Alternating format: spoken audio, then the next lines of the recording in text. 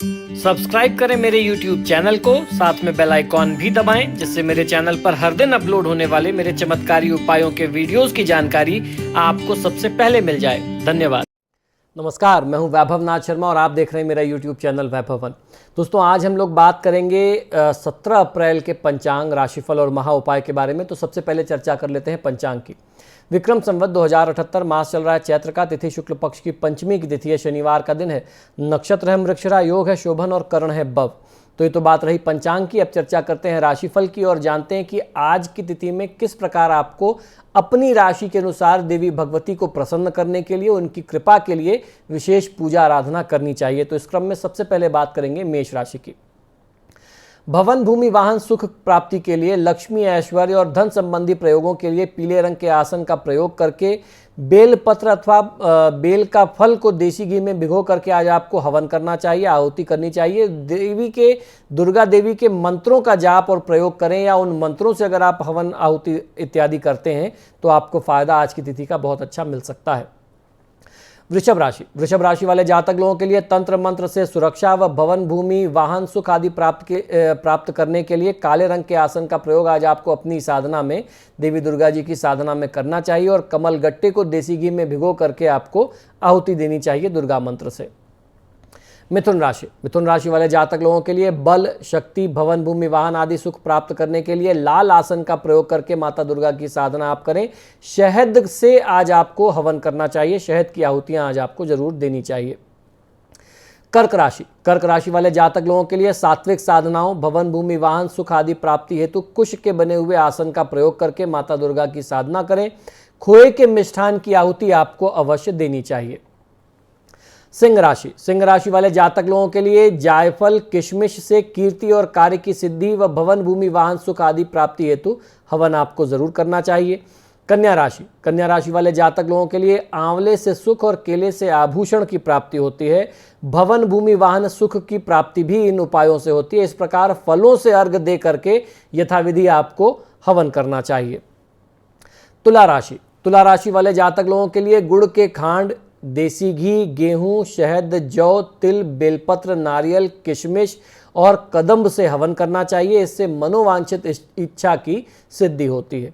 वृश्चिक राशि वाले जातक लोगों को गेहूं से हवन करना चाहिए। गेहूं से होम करने से लक्ष्मी, स्वर्ण, वित्त, भवन, भूमि आदि की प्राप्ति होती है। धनु राशि वाले जातक लोगों के लिए दूध व चावल, मेवे से बनी खीर और चंपा के पुष्पों से परिवार वृद्धि, धन, भवन व अन्य सुखों की प्राप्ति जातक को होती है। मकर राशि वाले जातक लोगों के लिए आंवले व केले से हवन करने से यश, कीर्ति, मान, प्रतिष्ठा, भवन, भूमि, वाहन और पुत्र इत्यादि की प्राप्ति होती है। अतः मकर राशि के जातक लोगों को इन पदार्थों से हवन अवश्य करना चाहिए। कुंभ राशि वाले जातक लोगों को गुड़ के खांड, घी, नारियल, शहद, जौ और तिल, इन सब पदार्थों से और फलों से होम करने से मनोवांछित वस्तु की प्राप्ति होती है। अतः आपका घर का सपना अगर है तो आपको इस साधना को जरूर करना चाहिए। इससे जल्द ही आपके अपने घर का सपना साकार हो सकता है। मीन राशि वाले जातक लोगों के लिए कमल के पुष्प व किशमिश से राज, सम्मान और सुख संपत्ति की प्राप्ति होती है। अतः मीन राशि के जातक लोगों को इन पदार्थों से हवन आज की तिथि में अवश्य कर लेना चाहिए। तो दोस्तों, ये तो हम लोगों ने जाना कि आपको अपनी राशि के अनुसार आज की तिथि में किस प्रकार लाभ लेने के लिए क्या विशेष अनुष्ठान करना चाहिए। अब हम लोग जान लेते हैं कि नवरात्र की पंचमी तिथि में स्कंद माता का कैसा स्वरूप है, कैसा हमारे शास्त्रों में उनके स्वरूप का वर्णन है और उनकी साधना से क्या फल प्राप्त होता है, उनकी साधना के लिए प्रिय भोग क्या है और किस विशेष मंत्र का जाप आपको आज करना चाहिए। या जैसे बार बार आपको बताता आ रहा हूं कि नवरात्रि के सारे एपिसोड पहले उपलब्ध कराए जा रहे हैं, इसलिए कि आप इन सारे एपिसोड को देख लें और अपनी ज़रूरत के हिसाब से, आपकी समस्या के हिसाब से मंत्र का चयन करके आप नवरात्र की पहली तिथि से लेकर के नवमी तिथि तक भी कर सकते हैं। और जैसे तिथि के अनुसार आपको हर दिन एक मंत्र नया मिल रहा है, उस नियम के अनुसार भी आप साधना कर सकते हैं। तो नवरात्रि का 5वां दिन स्कंद माता की उपासना का दिन होता है। मोक्ष के द्वार खोलने वाली माता परम सुखदायी हैं। माँ अपने भक्तों की समस्त इच्छाओं की पूर्ति करती हैं। श्रुति और स्मृति से युक्त छांदोग्य उपनिषद के प्रवर्तक सनत कुमार की माता भगवती का नाम स्कंद है। अतः उनकी माता होने से कल्याणकारी शक्ति की अधिष्ठात्री देवी को 5वीं दुर्गा स्कंद माता के रूप में पूजा जाता है। नवरात्र में इनकी पूजा अर्चना का विशेष विधान है। अपने सांसारिक स्वरूप में यह देवी सिंह की सवारी पर विराजमान है तथा चतुर्भुज इस दुर्गा का स्वरूप दोनों हाथों में कमल दल लिए हुए है और एक हाथ से अपनी गोद में ब्रह्म स्वरूप सनत कुमार को पकड़े हुए हैं, थामे हुए हैं। यह दुर्गा समस्त ज्ञान विज्ञान धर्म कर्म और कृषि उद्योग सहित 5 आवरणों में समाहित विद्या वाहिनी दुर्गा भी कहलाती हैं। इनकी आराधना से मनुष्य सुख शांति की प्राप्ति करता है। सिंह के आसन पर विराजमान तथा कमल के पुष्प से सुशोभित 2 हाथों वाली यशस्विनी देवी स्कंद माता शुभदायिनी है।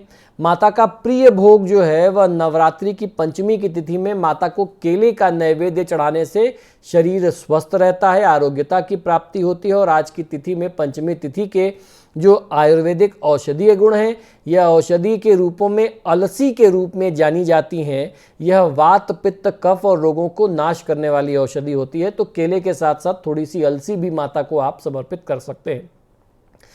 जीवन में किसी भी तरीके की बाधा हो, जिसे सांसारिक बाधा कहते हैं, किसी भी तरीके की बाधा हो उससे मुक्त होकर के धन पुत्र आदि की प्राप्ति के लिए, सुखी दाम्पत्य जीवन की प्राप्ति के लिए जो मंत्र मैं बताने जा रहा हूं इसका जाप आप कर सकते हैं। दुर्गा सप्तशती का मंत्र है सर्वा बाधा विनिर्मुक्तो धन धान्य सुतान्विता मनुष्यो मत प्रसादेन भविष्यति न संशय।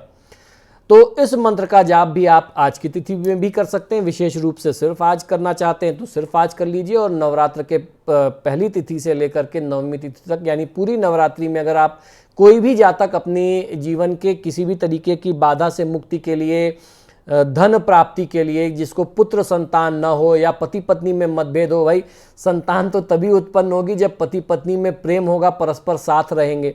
तो दाम्पत्य जीवन के विवाद को दूर करके संतान उत्पत्ति के लिए, खासतौर पर पुत्र प्राप्ति के लिए इस मंत्र का प्रयोग किया जाता है।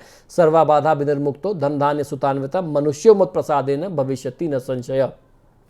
तो इस मंत्र का प्रयोग आप नवरात्र की प्रतिपदा से 9वीं तक भी कर सकते हैं और आज की साधना में भी इसका प्रयोग किया जा सकता है।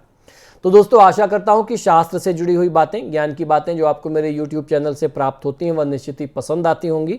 आप सभी से बार बार आग्रह है कि जब भी आप मेरे वीडियोस देखते हैं तो इनको लाइक और शेयर ज़रूर करें। और आपने अगर अभी तक मेरे चैनल को सब्सक्राइब नहीं किया तो प्लीज़ इसे सब्सक्राइब करिए। इसी शुभकामना के साथ कि आपका दिन शुभ हो, मुझे आज्ञा दीजिए और देखते रहिए मेरा YouTube चैनल वैभवन। नमो नारायण। नमस्कार मित्रों, आप देख रहे हैं मेरा YouTube चैनल वैभवन। आपसे आग्रह और निवेदन है कि मेरे चैनल को सब्सक्राइब करें और मेरे इस चैनल पर हर दिन मेरे नए उपाय के वीडियोस डाले जाते हैं। उनके टाइमली अपडेट के लिए घंटी के निशान को भी दबाएं, जिससे कोई भी उपाय या शास्त्रीय जानकारी आपसे छूट न जाए। धन्यवाद मित्रों। यदि आप अपनी किसी भी व्यक्तिगत समस्या के लिए मुझसे परामर्श और समाधान चाहते हैं, यानी आप अपनी किसी भी पर्सनल प्रॉब्लम के लिए मुझसे कंसल्टेशन और रेमेडीज चाहते हैं, तो उसके 2 तरीके हैं। टेलीफोनिक कंसल्टेशन, फ़ोन पे बात करना, और दूसरा फेस टू फेस यानी पर्सनल मीटिंग करना। आप हमें फ़ोन के माध्यम से, ईमेल और व्हाट्सएप के माध्यम से अपॉइंटमेंट बुक कर सकते हैं। हमारा नंबर है 9990724131। आपको 2 नंबर दे रहा हूँ, इन दोनों नंबर पे व्हाट्सएप अवेलेबल है, आप व्हाट्सएप करें। 9818300146 ये हमारे ऑफिस का दूसरा नंबर है। अगर आप हमें ईमेल करना चाहते हैं तो आप हमें ईमेल कर सकते हैं। हमारी ईमेल आईडी नोट कर लीजिए, sharma.vaibhava vaibhava@gmail.com पर। इस पर आप हमें ईमेल भी कर सकते हैं। मित्रों, आजकल फ़ोन कॉल्स बहुत ज़्यादा हैं और मुझे भी मालूम है आप लोग कॉल करते हैं, फ़ोन रिसीव नहीं होता तो आप भी निराश होते हैं। ऐसे में ईमेल और व्हाट्सएप करना सबसे बेहतर तरीका है। धन्यवाद।